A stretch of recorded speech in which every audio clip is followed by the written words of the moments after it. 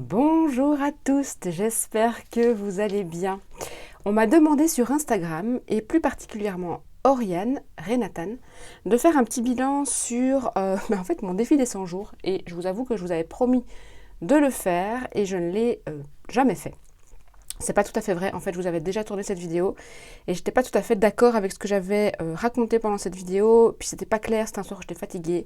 Donc je me suis dit c'est pas grave, je vais la retourner et je vais vous montrer en fait la deuxième partie de ce défi des 100 jours que vous n'avez pas vu. Je vais aussi essayer d'être concise et de ne pas faire une vidéo trop longue, parce qu'avec moi ça peut durer des heures. Et puis surtout vous faire un petit peu le point sur où j'en suis dans ma pratique du dessin et un petit peu ce que j'ai retiré de ce défi des 100 jours et de cette année en fait finalement de dessin.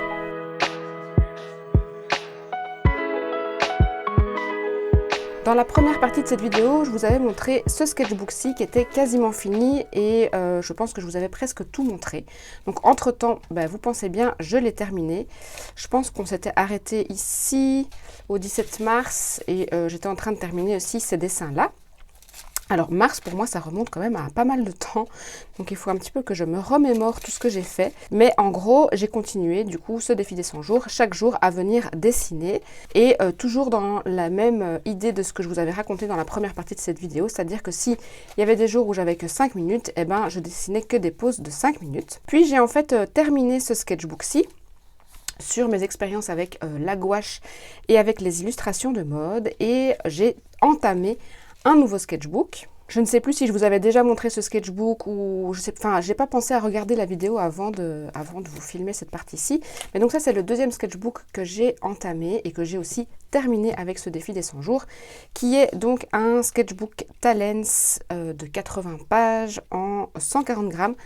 Mais je pense en fait que je vous en avais parlé parce qu'il me semble que j'ai souvenir de vous avoir dit que je ne l'avais pas trop aimé, ou alors c'est dans une de mes vidéos de projet en cours.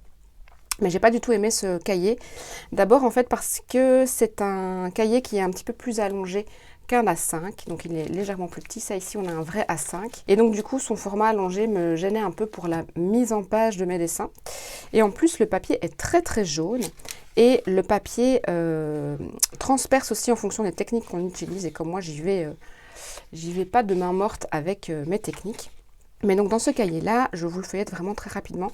J'ai vraiment continué de pratiquer, parfois avec des pauses de 1 minute, des exercices de 1 minute. Ici d'ailleurs, si vous allez sur la chaîne YouTube de New Master Academy, il y a des vieilles vidéos de nu avec des pauses chronométrées. Ce sont des vidéos qui durent 15-20 minutes. À chaque fois, toutes les minutes, il y a la madame qui change de pose. Donc si vous voulez vous exercer, j'ai fait ça. Et c'était très pratique. Et donc à ce moment-là, j'étais toujours à fond dans les silhouettes, dans les portraits, et toujours avec mes exercices d'échauffement, et les jours où je ne le sentais pas, de faire vraiment des petites choses relativement rapides. Par ailleurs, je voulais vous dire que si vous voulez plus des tutos, ou voir ma façon de dessiner et justement ces histoires d'échauffement, sachez que sur Patreon, j'ai des vidéos, enfin j'ai une vidéo en particulier où je vous emmène dessiner avec moi. C'est une vidéo qui dure 1 heure, je crois. Et donc vous pouvez vraiment dessiner en même temps que moi, en temps réel. Et généralement, en fait, tout ce qui est tuto et tout ça, en fait, ça se retrouve sur Patreon. Donc comme ça, vous le savez. Donc, il faut aller sur le supplément caramel en vidéo. Donc j'ai continué mes dessins et puis j'en ai eu un petit peu marre de faire des portraits. Donc j'ai un petit peu essayé des natures mortes et en technique mixte. C'est-à-dire que j'ai pas mal expérimenté le marqueur, le pastel à l'huile, le crayon, essayer de mélanger un petit peu tout ça. Et le truc c'est que souvent en fait aussi je dessinais avec les crayons et les marqueurs parce que c'était ce qui était le plus proche et le plus facile pour moi. Surtout les journées où j'avais pas envie de dessiner ou quand je me retrouvais entre guillemets en voyage ou en déplacement. Bon, je voyage pas beaucoup et je me déplace pas beaucoup, mais genre si je vais chez mes parents ou je sais qu'on est parti aussi un week-end avec mon homme et donc du coup je prenais juste la fameuse boîte que je vous ai montrée dans la première partie de la vidéo avec mon matériel facile à attraper. Et en fait ça pour moi ça a été vraiment la clé de la réussite de ce défi, c'est que tout était prêt, il n'y avait vraiment aucune excuse. Ça veut dire que j'avais juste à attraper ma boîte avec mes crayons, mes marqueurs et un petit peu de matériel. J'ai ma petite palette de gouache que j'ai pas pris là, mais une toute petite palette de gouache transportable. J'avais toujours un verre d'eau qui était prêt aussi, avec un pinceau qui était prêt aussi, donc j'avais vraiment aucune excuse. Je devais juste attraper le truc et puis on y va, on s'y met tout de suite. Et donc ça, c'est vraiment la première clé de la réussite de ce challenge. Donc si je vais vous donner un conseil pour un challenge de ce genre, c'est vraiment d'avoir du matériel facilement accessible et toujours à portée de main. J'ai pas mal recopié, donc toujours des portraits, ici d'une vieille peinture, de portraits de mode. Je me suis abonnée aussi au magazine Vogue pour pouvoir recopier aussi des portraits du magazine Vogue. Donc j'ai aussi pas mal expérimenté des choses de copie d'artistes, donc de Léa Goren. Pendant cette période-là aussi, j'ai été pas mal abonnée au Patreon de Emma Malioka. Ici, vous avez le nom qui est écrit, Emma Malioka, qui est un super chouette Patreon où elle fait souvent des zooms. Et j'ai parfois pris le temps de les faire en direct. Et sinon, après, je la gardais en replay. Et du coup, ça me mettait aussi un chronomètre et ça me donnait des idées pour dessiner. Donc ça, j'ai beaucoup fait et j'aimais vraiment beaucoup. Donc ça, ce sont toutes les choses du Patreon de Emma. Et puis voilà. Puis j'ai un petit peu aussi essayé de recopier des choses comme Sandy Esther, qui elle travaillait beaucoup à ce moment-là, donc en avril, la thématique du café. Et j'essayais en fait toujours de trouver un sujet qui me parlait, je ne vais pas dire historiquement, mais quelque chose auquel j'étais attachée émotionnellement. Et en fait, c'était ça un petit peu que vers la deuxième moitié du défi où je galérais un peu, c'est que j'arrivais pas à trouver des choses vers lesquelles j'étais attachée émotionnellement. C'est-à-dire que je vous avais raconté dans la première partie de la vidéo que je faisais des illustrations de mode et que j'avais été styliste et que j'avais eu une grande épiphanie. Mais il s'est avéré qu'après, je ne voyais pas trop le sens de tout ça, de dessiner des trucs des magazines du Vogue. En plus, bon, la mode, je ne suis plus trop en accord avec l'esprit de la mode. Et puis, j'ai fait pas mal de choses à la gouache aussi. Et là aussi, je trouvais ça comme trop facile. Et donc...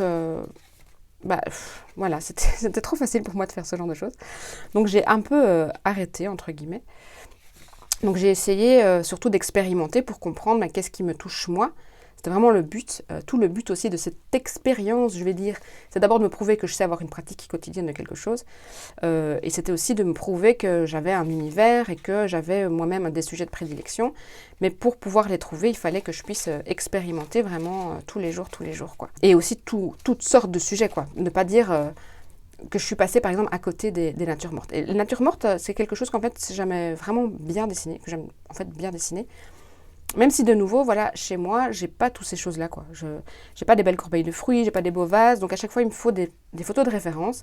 Et tout le long du challenge, j'ai toujours travaillé avec des photos de référence que je trouvais sur Pinterest, ou sur Unsplash, ou dans le magazine Vogue. Et en fait, à la fin du challenge, et on va y arriver tout doucement, j'ai commencé à être bloquée, en fait, d'avoir toujours une photo de référence. Et ça peut peut-être aussi vous donner une réponse à une question que vous vous posez. Est-ce que c'est bien ou pas de travailler avec une photo de référence? Alors, gros débat là-dessus. On dit toujours que c'est mieux d'avoir des photos de référence qui sont libres de droit, ce que j'essayais de faire, donc j'allais sur Unsplash ou quoi. Mais en fait, en soi, moi, je ne vends pas mon travail, je ne vends pas mes dessins, je ne vends pas mes peintures, donc tout ça, ça reste pour moi, c'est pour mon propre plaisir. Et bon, oui, je vous le montre ici sur YouTube. Mais donc, quand je fais des dessins où j'ai pas les droits, j'explique de où ça vient. Par exemple, ici, voilà, ça vient du Vogue, ça, c'était aussi du Vogue. Et en soi, pour moi, c'est pas grave de travailler avec une référence. Et après, les artistes ont toujours eu des références. Même Van Gogh, je veux dire, il prenait sa toile, il prenait son chevalet, il allait dans la nature, il le posait dans la nature et il peignait ce qu'il voyait. Donc, il avait une référence aussi. Donc, vraiment, ne vous culpabilisez pas avec ces histoires de photos de référence parce que tout le monde a toujours eu des photos de référence. Je veux dire, il n'y a jamais rien qui vient de l'imagination pure et dure.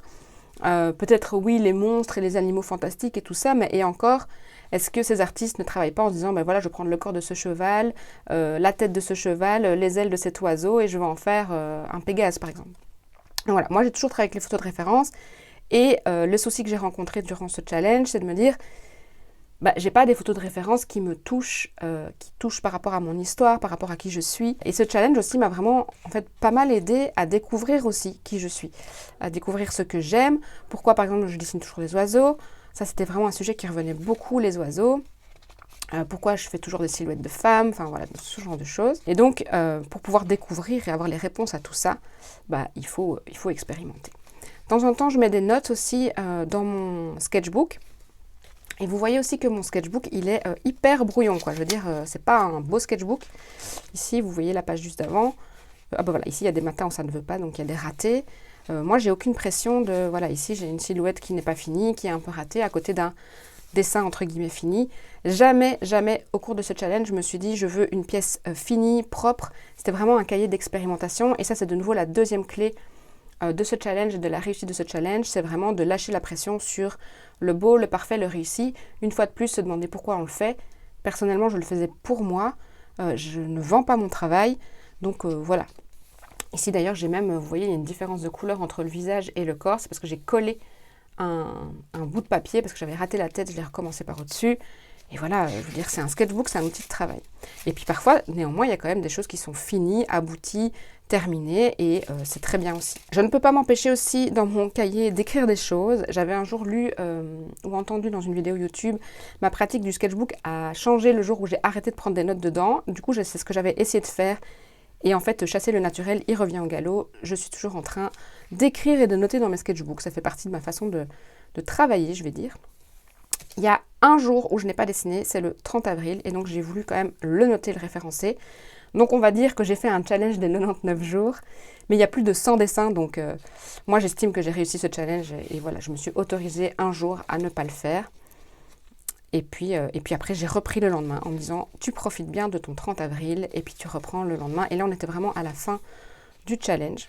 Ensuite après je me suis inscrite, mais ça on va y revenir plus tard, à un atelier en live chez Emma Malioka, mais je vais en reparler à un moment où on va arriver au dessin. J'ai continué donc du coup d'expérimenter et de copier d'autres artistes aussi pour comprendre toujours en même temps ce que j'aime et comprendre aussi comment eux ils travaillent. Ça aide beaucoup en fait de comprendre, ok, comment est-ce qu'elle fait? Est-ce qu'elle fait d'abord le dessin en crayon? Est-ce qu'elle peint après? Qu'est-ce qu'elle peint d'abord? Est-ce qu'elle peint d'abord le fauteuil? Est-ce qu'elle peint d'abord le chat? Voilà, comment est-ce que moi j'interprète ça? Et se rendre compte aussi que là, je l'ai noté, j'éprouve pas de plaisir à peindre des décors et des détails. Et voilà, ça reste des indices et des choses qu'on apprend. Les oiseaux toujours, à chaque fois, voilà, ici ce sont des croquis rapidement. Celle-ci, je vous l'ai montrée sur YouTube et en fait, quand je l'ai peinte, je l'ai adorée. Et maintenant, quand je la vois, je ne l'aime plus du tout. Je vais vous expliquer pourquoi. D'abord, je trouve que c'est très brouillon, c'est très technique, mal maîtrisé. Et je me souviens en fait que j'ai peint un soir dans mon studio et la lumière n'était pas bonne, je ne voyais pas ce que je faisais. J'ai peint avec des nouvelles gouaches aussi que j'aimais pas du tout, que j'avais acheté des Daler & Rooney, le gris de peigne que j'aimais pas du tout. Je trouve aussi que ce qui ne va pas, c'est qu'elles ont toutes les trois le même visage.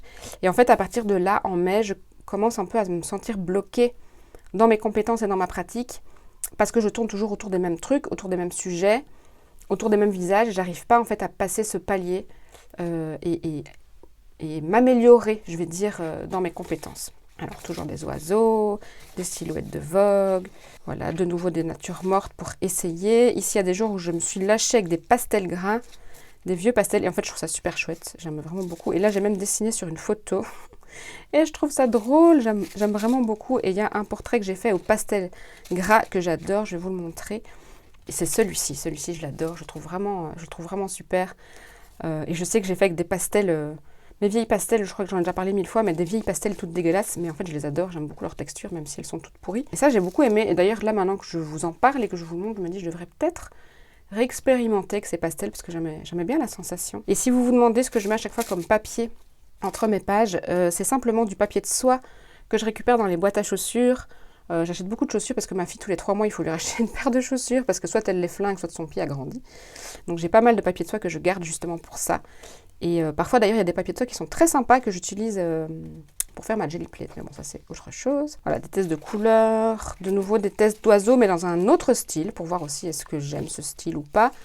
Mais ça, c'est pas un style que j'ai continué à explorer parce que j'aimais pas trop. Le principe, c'est de mettre une tache de peinture et puis après de venir dessiner.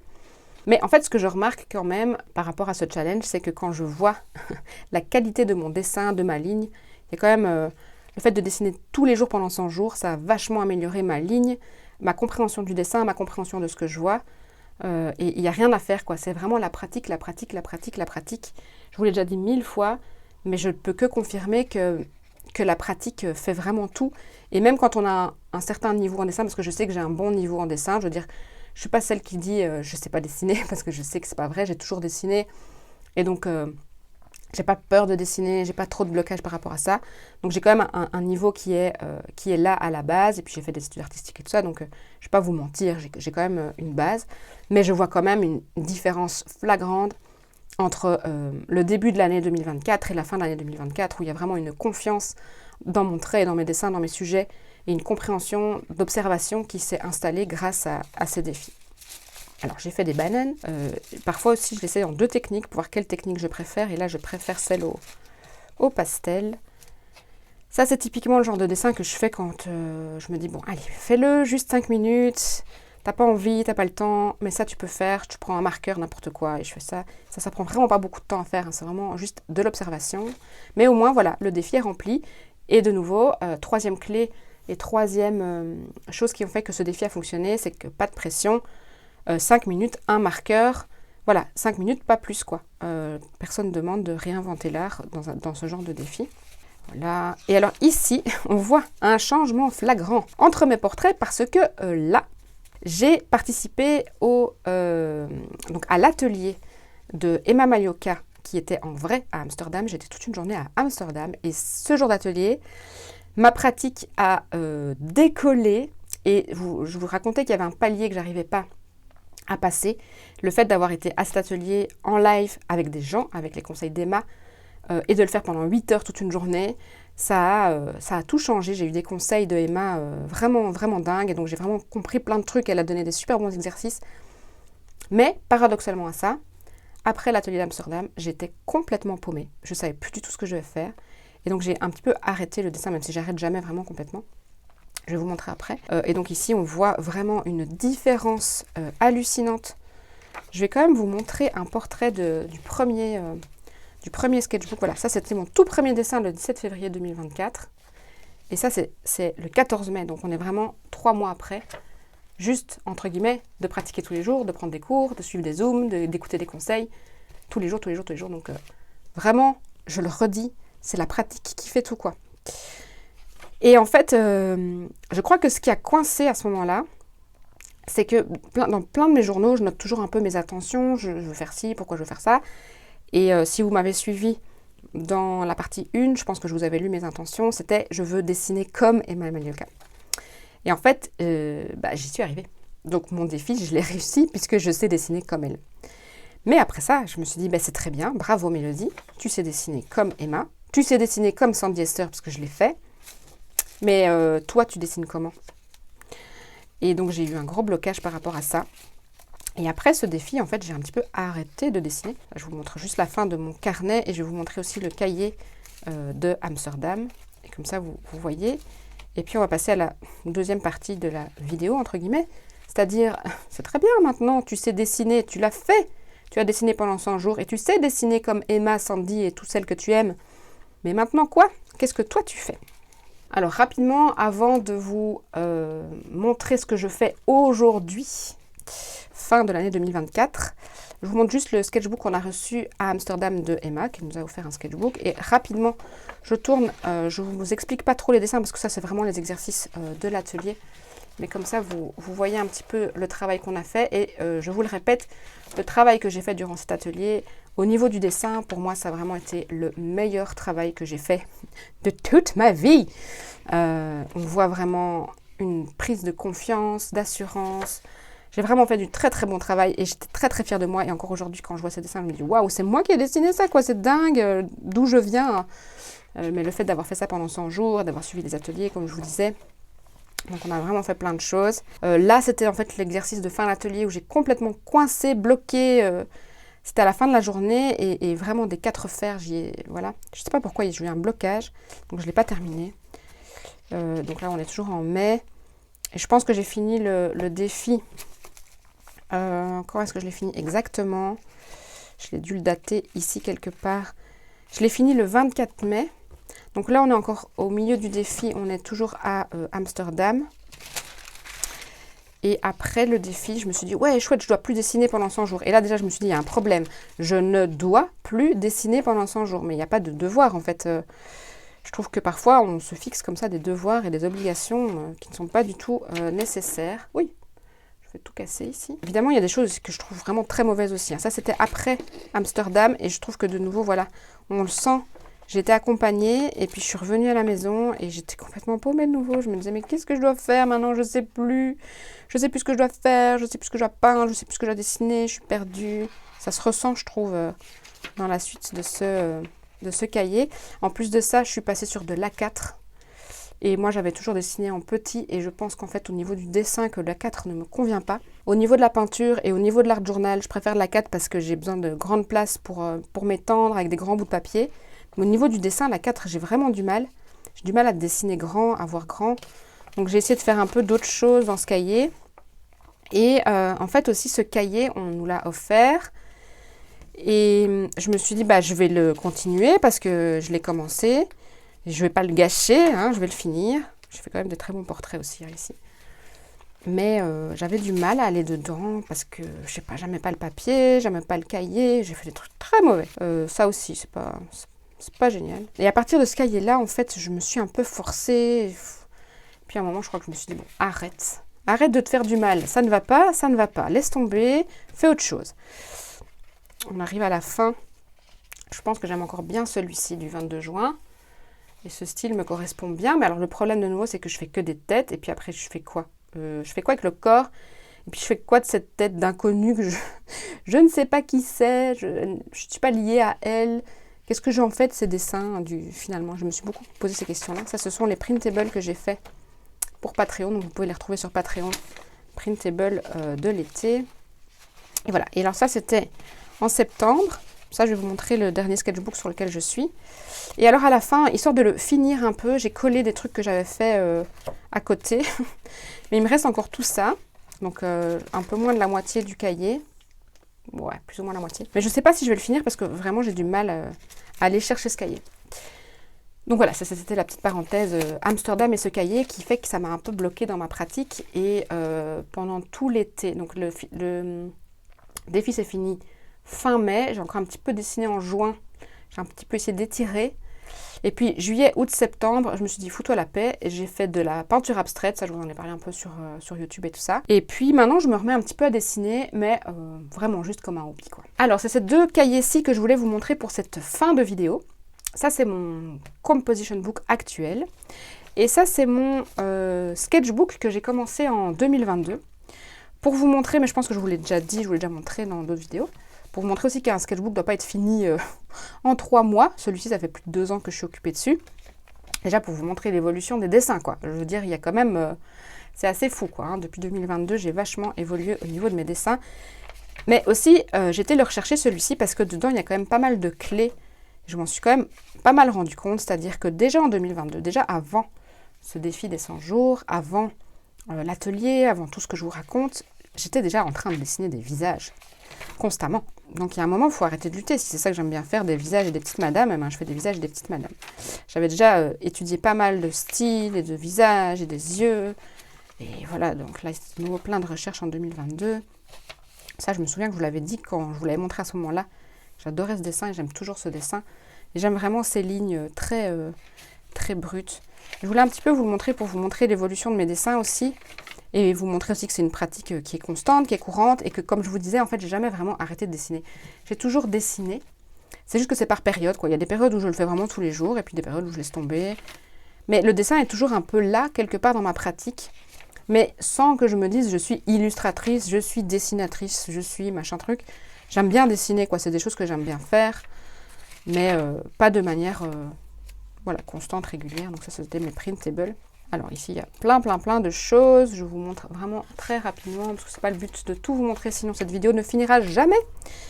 Cette peinture-ci, je l'ai fait en février, donc vraiment aussi au début du défi des 100 jours, et c'est vraiment une peinture que j'adore aussi, que j'aime vraiment beaucoup. Mais de nouveau, le problème, c'est que je l'aime beaucoup, je l'adore, je la trouve super. C'est une copie de cette dame, mais je ne connais pas cette dame. Voilà, je n'ai pas vraiment d'émotion par rapport à ça, et selon moi, l'art doit quand même traduire une forme d'émotion, je crois. Je ne sais pas. C'est encore des questions que je me pose et qui sont encore dans ma quête de vie artistique. J'aime beaucoup faire des portraits aussi à l'encre, comme ça, tout simple. J'en ai fait beaucoup des comme ça, soit à l'encre, soit à la gouache unicolore.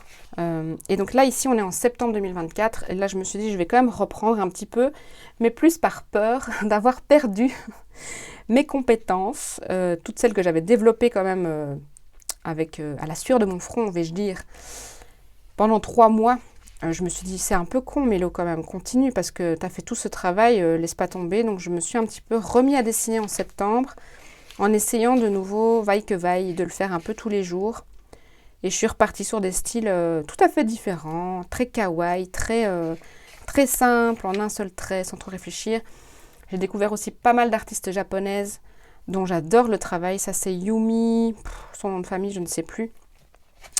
Mais il y en a une autre qui va venir aussi après. Voilà, encore des trucs un peu kawaii. Voilà, j'essaie de dessiner. Ça, celles-ci, je les aime bien. En fait, c'est des espèces d'autoportraits. Voilà. Alors, et Mogu Takahashi, ça j'adore le travail de Mogu Takahashi, qui travaille beaucoup dans son Hobonichi. Et j'aimerais vraiment pouvoir arriver maintenant à vraiment lâcher prise comme ça. De me dire, je prends ma gouache et j'y vais direct, je dessine ce que je vois, sans trop construire, sans trop... voilà, vraiment comme ça, très simple, en un seul trait, en un seul coup, tout de suite direct à la gouache, on y va quoi, on n'a pas peur. Et voilà, je trouve que j'ai encore pas mal de travail, même si j'ai fait pas mal de choses. Et donc ça, c'est des choses aussi parfois que je dessine. Je vais à la bibliothèque, je prends pas mal de livres pour ma fille, mais après, j'aime bien aussi regarder les dessins, essayer de recopier, de nouveau essayer de comprendre un peu comment les artistes font, et puis changer un peu les sujets. Voilà, j'ai Père Noël, un magicien. Donc ça, c'est ce que je fais maintenant. Et ce cahier-là, en fait, je vous avais dit dans une vidéo, il a un papier un peu spécial et un peu glissant. C'est un Yamamoto, un papier Yamamoto, c'est le Cosmo Airlight, ce cahier. Et donc du coup, il fait aussi autre chose au niveau du dessin. Ça, c'est aussi quelque chose que j'ai appris, que j'ai compris avec ce défi des 100 jours, c'est que parfois, c'est juste une histoire de papier, c'est juste une histoire de technique. Si on n'y arrive pas, changer de papier, changer de technique, trouver autre chose, parce que parfois c'est juste ça, c'est vraiment une histoire de ressenti. Moi, il y a des choses que j'aime bien faire dans ce cahier-ci, mais que je n'aime pas faire dans les autres. Je sais que j'ai fait un portrait aussi que j'adore beaucoup ici, voilà. J'ai fait ça à la gouache en mai, et que j'aime vraiment beaucoup de nouveau en un trait. C'est quelque chose que j'aimerais bien encore un petit peu explorer, mais bon, voilà, sans pression. De toute manière, ça c'est ce que j'ai compris. Rapide tour sur celui-ci. C'est vraiment ce que j'ai compris en octobre. Grande illumination, c'est vraiment pas de pression en fait. Je ne vends pas mon travail, je le répète de nouveau, mais je ne vends pas mes dessins, je ne vends pas mes peintures. J'avais un vieux rêve de faire des expos, mais je ne suis même pas sûre que j'en ai vraiment envie. Tout ça, je le fais pour moi, parce que c'est mon hobby. J'adore partager avec vous ici sur YouTube et sur Patreon. Et c'est ça en fait, moi, mon kiff. Mon kiff, c'est de remplir des journaux. J'adore remplir des journaux, tout simplement. Donc c'est pour ça que j'ai eu des blocages cet été, parce que je pensais que je devais choisir, ok, je fais du dessin, ou je fais de l'art abstrait, ou je fais de l'art journal, mais en fait, ma pratique, c'est le journaling. Ça, je l'ai vraiment bien compris là maintenant cet automne. Et ça a vraiment changé pas mal de choses. J'ai vraiment eu un espèce de déclic de me dire, ma pratique, de nouveau, je le répète, c'est le journaling. Peu importe ce que je fais dedans. Donc, et peu importe le journal, mais c'est ça qui me fait kiffer, c'est ça mon émotion. Mon émotion, c'est ça, c'est ce cahier. Donc, mon dessin va aller dans ce cahier, mais au même titre que tous les autres trucs que j'aime bien faire. Donc, du coup, je me suis vachement lâché la grappe par rapport au dessin et de me dire, s'il y a des jours où j'ai envie de dessiner, je dessine. Et peu importe ce que je dessine, et je m'en fiche en fait si ça vient de Pinterest ou quoi, parce que dans le fond, ce qui me fait kiffer, c'est de remplir des journaux et de voir le papier qui gonfle et de voir le papier qui s'altère. C'est ça. De nouveau mes émotions. Donc du coup maintenant aujourd'hui j'en suis où? J'en suis dans ce composition book où je dessine. Alors parfois ce que je fais c'est que je prends un papier à part. J'avais acheté un gros bloc de papier A3 de bonne qualité, je vais dire, donc je crois que c'est du 200 grammes de Fabriano. Et donc si j'ai envie de dessiner sur du blanc, je dessine sur ce papier et puis je viens le coller dans ce journal. Donc ici par exemple j'ai fait des petits exercices. Ça aussi, ce genre de dessin, j'ai remarqué dans mes anciens sketchbooks de 2019 que je fais souvent, en fait, des trucs un peu folk. Donc pour le moment, j'explore un petit peu le côté folk. J'essaye d'illustrer mes journées, de mettre des petits doodles, tout en apprenant un petit peu toutes ces choses du défi des 100 jours. Et j'essaie aussi quand même d'inclure le dessin dans ma pratique, parce que je me rends compte que c'est une pratique que j'aime bien et que j'ai toujours envie de mélanger un petit peu tout ce qui fait moi. Je vais quand même essayer de vous montrer les pages de dessin, voilà. Donc ici, j'ai redessiné, hop, voilà. Je me suis dit, j'ai envie de dessiner un hibou, donc j'ai trouvé un hibou, et puis j'essaie de dessiner aussi ce que je vois, mais chez moi, il n'y a pas grand-chose, j'ai un peu un intérieur minimal. Donc il y a toujours, en fait, au gré de mes pages, vous allez souvent voir le poivrier, parce que je le dessine très souvent. Mais ce qui est certain, c'est que ce que j'ai compris, avec ce défi, c'est ce que j'aime comme style de dessin, c'est-à-dire que j'aime ce style de dessin hyper loose, hyper enfantin, hyper imparfait, qu'on fait vraiment en un trait. Ça, je fais en un trait, je gomme pas, je construis pas, je dessine directement ce que je vois. C'est ça qui m'intéresse. Donc voilà. Ici, je pense que je vous avais montré, j'essaye un petit peu, j'adore faire ce genre de pages patchwork. Donc j'essaye un petit peu d'inclure du dessin dans mes pages. Et voilà, ça c'est un petit peu mon exploration du moment, c'est comment inclure petit à petit dans mes pages le dessin, sans pour autant me dire dessin, scission, art journal. Dessin, scission, art abstrait. Voilà, tout peut aller ensemble, parce que ça pour moi c'est quand même de l'art relativement abstrait, mais c'est en même temps de l'art journal, c'est en même temps du dessin, mais tout en me lâchant la grappe, quoi. J'ai arrêté d'essayer de comprendre en fait.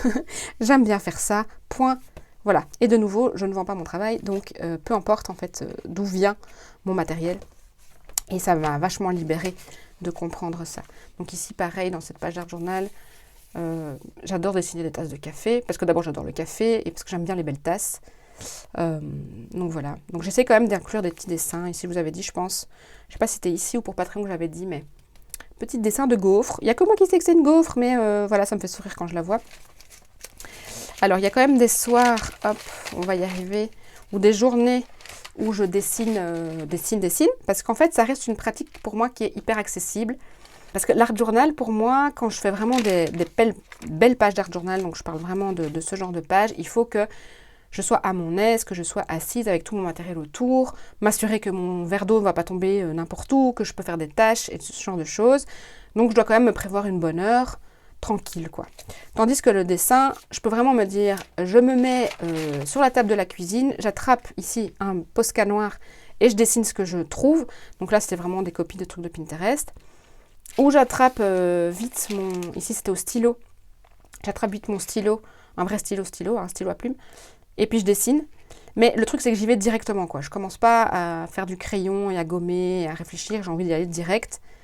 Et puis, j'aime toujours bien venir écrire des choses. Et je pense que c'est ça qui fait le charme de mes pages, en fait. Et de nouveau, à avoir compris que c'est le journal qui m'intéresse, le support qui m'intéresse, plutôt que le sujet, ça m'aide vachement. Et puis, il y a des soirs, je me dis, oh, j'ai envie de dessiner. Donc voilà, je dessine. Hop, j'ai fait des dessins. Ce que je vous disais un petit peu, j'explore un petit peu pour le moment le folk. Ici, je l'ai exploré aussi. J'explore le folk parce que, en fait, mon papa collectionnait les poupées russes quand j'étais petite. Je me suis souvenue de ça tout d'un coup. De nouveau, comme une petite épiphanie, je me suis dit, tiens, est-ce qu'il n'y a pas un truc? Parce que du coup, est-ce que je pourrais pas allier mes visages? Mais voilà, parfois j'ai des idées comme ça, et puis, en fait, j'ai compris que si tu les explores pas, tu les explores pas, mais ça me fait plaisir sur moi-même de trouver ce genre de petits trucs. Mais il n'y a plus de but final, en fait. C'est ça qui me fait du bien, c'est de me dire, il n'y a plus un but de, je dois trouver mon style, je dois dessiner comme machin truc, je dois arriver à telle destination, je dois faire ça. Là, il n'y a plus tout ça. C'est juste dessiner pour le plaisir et ça fait du bien. Et parfois, c'est des ratés. Et voilà, ici, de nouveau, j'ai fait une page d'art journal. Puis je me suis dit, ah bah tiens, pour changer, est-ce que je dessinerais pas un peu dessus? Donc j'ai dessiné un peu dessus. Et j'aime bien, c'est cool. Voilà, sans pression, quoi. Ici, de nouveau, voilà, j'explore un peu de nouveau le style folk. Et je me dis, bah, est-ce que je peux pas faire un bord avec du dessin? Et après, à l'intérieur, je vais venir écrire. Donc c'est plutôt comme ça, aujourd'hui, que je vois le dessin.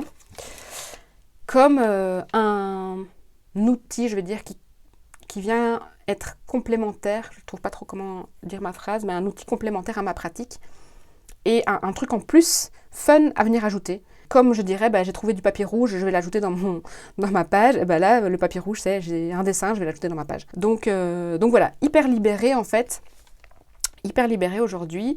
Ça m'a fait vraiment du bien de faire ce défi des 100 jours.